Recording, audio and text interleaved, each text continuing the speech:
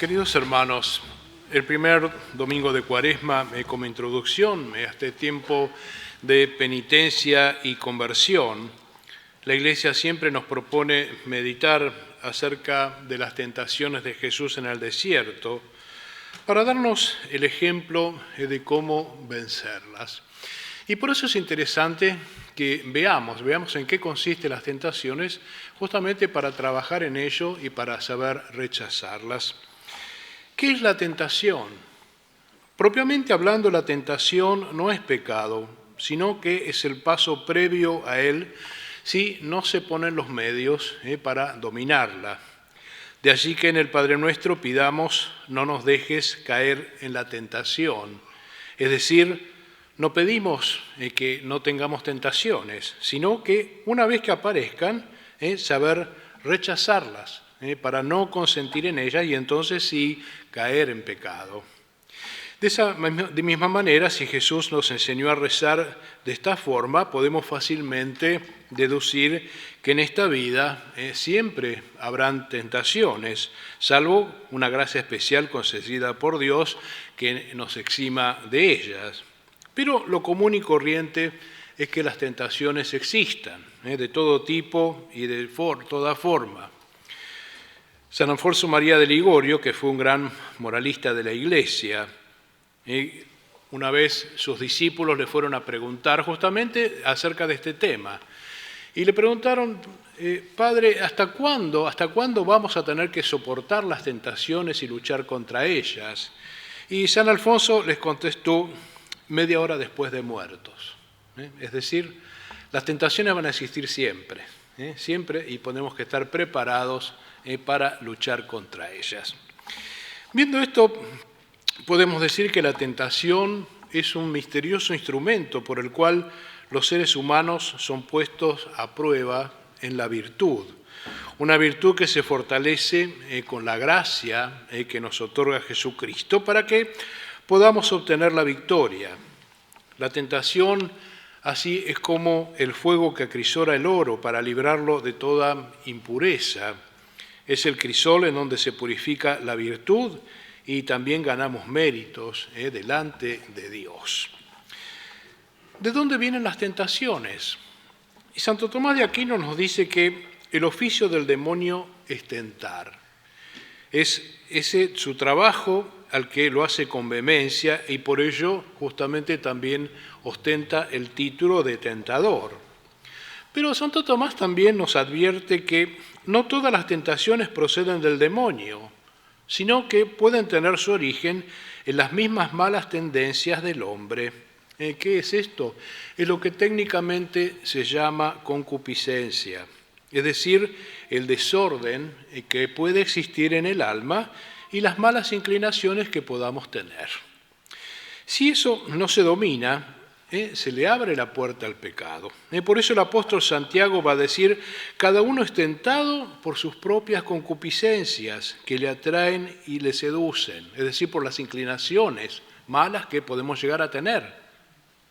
De allí que no hay que echarle toda la culpa al diablo, podríamos decir, sino podemos engañarnos y pensar que ocurre una cosa y en realidad sucede otra.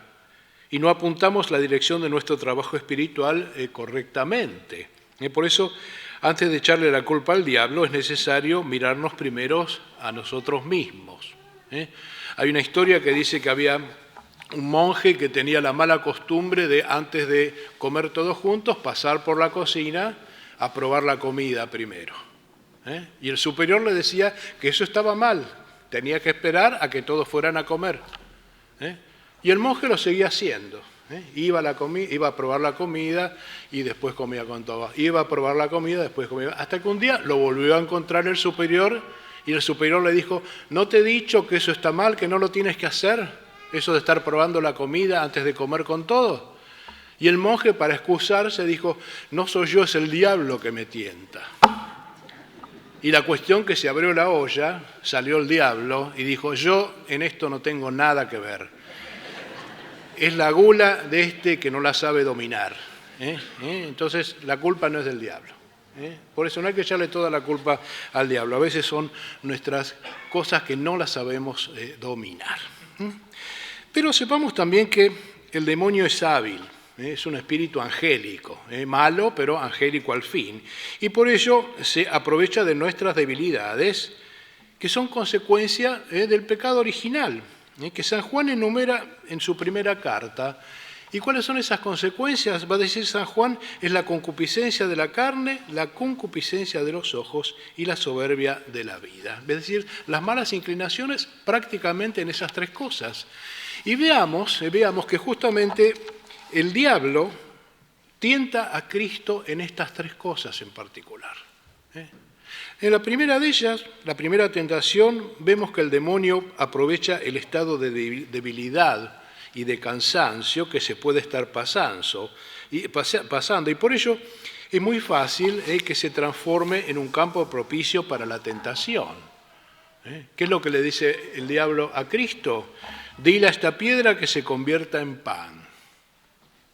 Cuando el alma está débil, es cosa que puede provenir tanto de tener una vida espiritual endeble y superficial, como también del hecho de estar avasallada por problemas de toda índole que le quita la serenidad y la paz, se encuentra a merced de las tentaciones y puede estar, no capacitada para resistirlas y oponerse a ellas.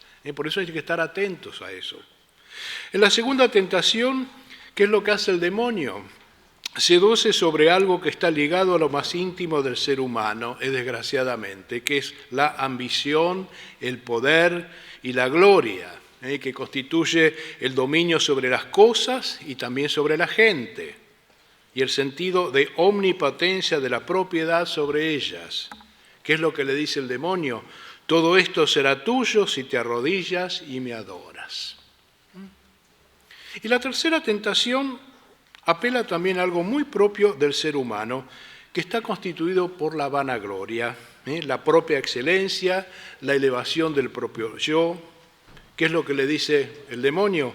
Arrójate desde aquí porque está escrito, y los ángeles del Señor tienen órdenes de cuidarte y de sostenerte en sus manos para que tus pies no tropiecen con las piedras. Es decir, la espectacularidad, mostrarse.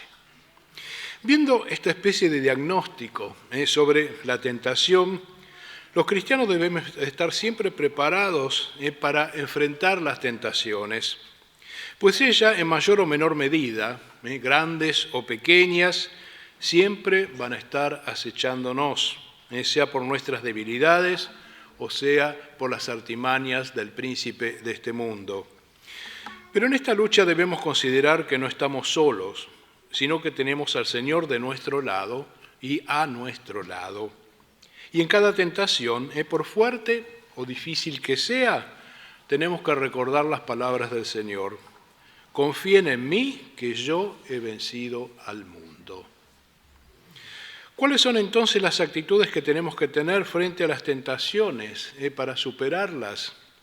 En primer lugar, evitarles el campo propicio, recordando las palabras del Señor.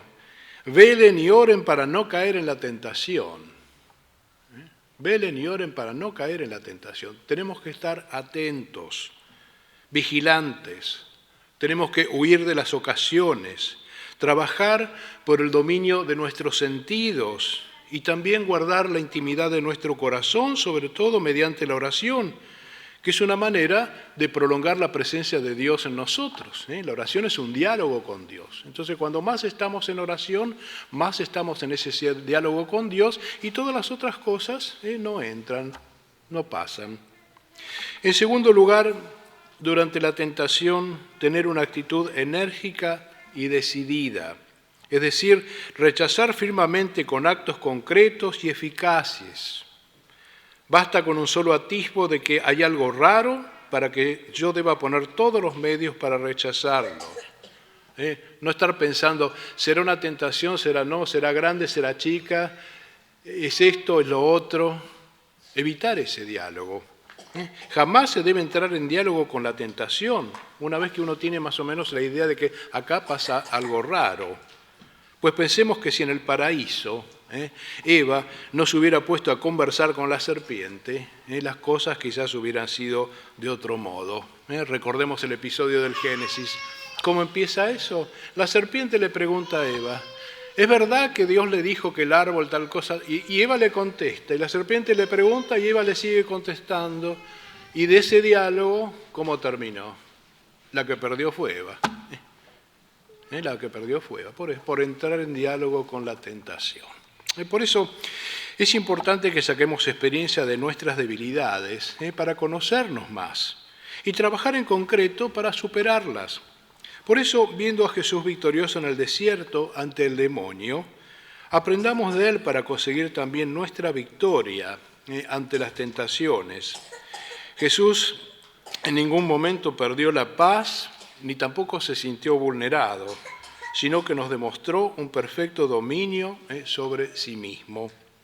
Ese es el ejemplo que debemos seguir de nuestro Maestro. Como dijo San Agustín, Cristo fue tentado para que tú, cristiano, no fueras vencido. Que así sea.